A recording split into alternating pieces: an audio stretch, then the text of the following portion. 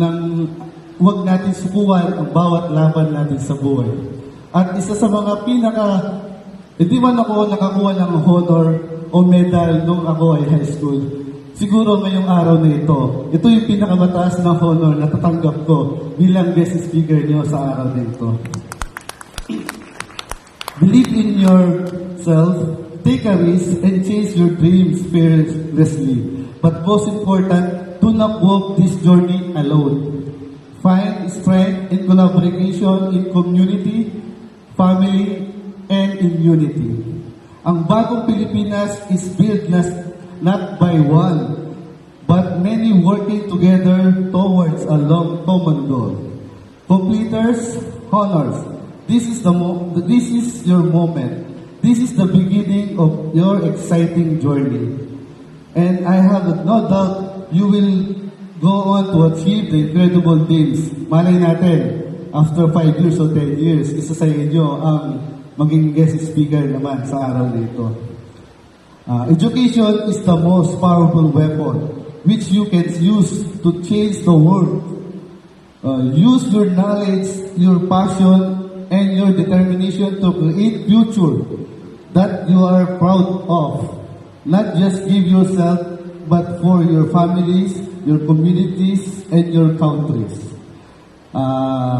Lagi ko itong sinasabi sa mga anak ko, hindi porket honor student kayo, ay ilalagay nyo na yung medalya sa ulo nyo. Lagi nyong lalagay yung medalya dito sa dibdib nyo. Kapag nilagay yung medalya nyo sa ulo nyo, madali itong mawala at madali itong makasira. Pero ang medalya kapag nasa dibdib ay habang buhay nyo siyang dadali. I would like to take this opportunity para magpasalamat sa ating Panginoon Diyos. Sabi nga sa Philippians 4 verse 13, I can do all things through Christ who strengthened me. Kung ano man ang aking narating sa buhay ngayon ay dahil sa biyaya ng Diyos. Samantalahin ko na rin po ang pagkakataon para magpasalamat una sa aking mga magulang. Maraming salamat po, Tang and Ima, sa inyong sakripisyo sa amin siyam na magkakapatid. Sa aking mga kapatid na in-invite ko ngayon pero hindi yata dumating. At thank you sa aking maganda at sexy asawa at aking mga 3 anak sa pagmamahal at pag-suporta sa akin at pagbibideo sa akin ngayon. At sa aking mga favorite teachers, Ma'am Tess, Sir Jess, Sir Champo, nandiyan ko ba? Sa aking mga kaklase, sabi nila shoutout, 4A Batch 1998, 1999, maraming salamat.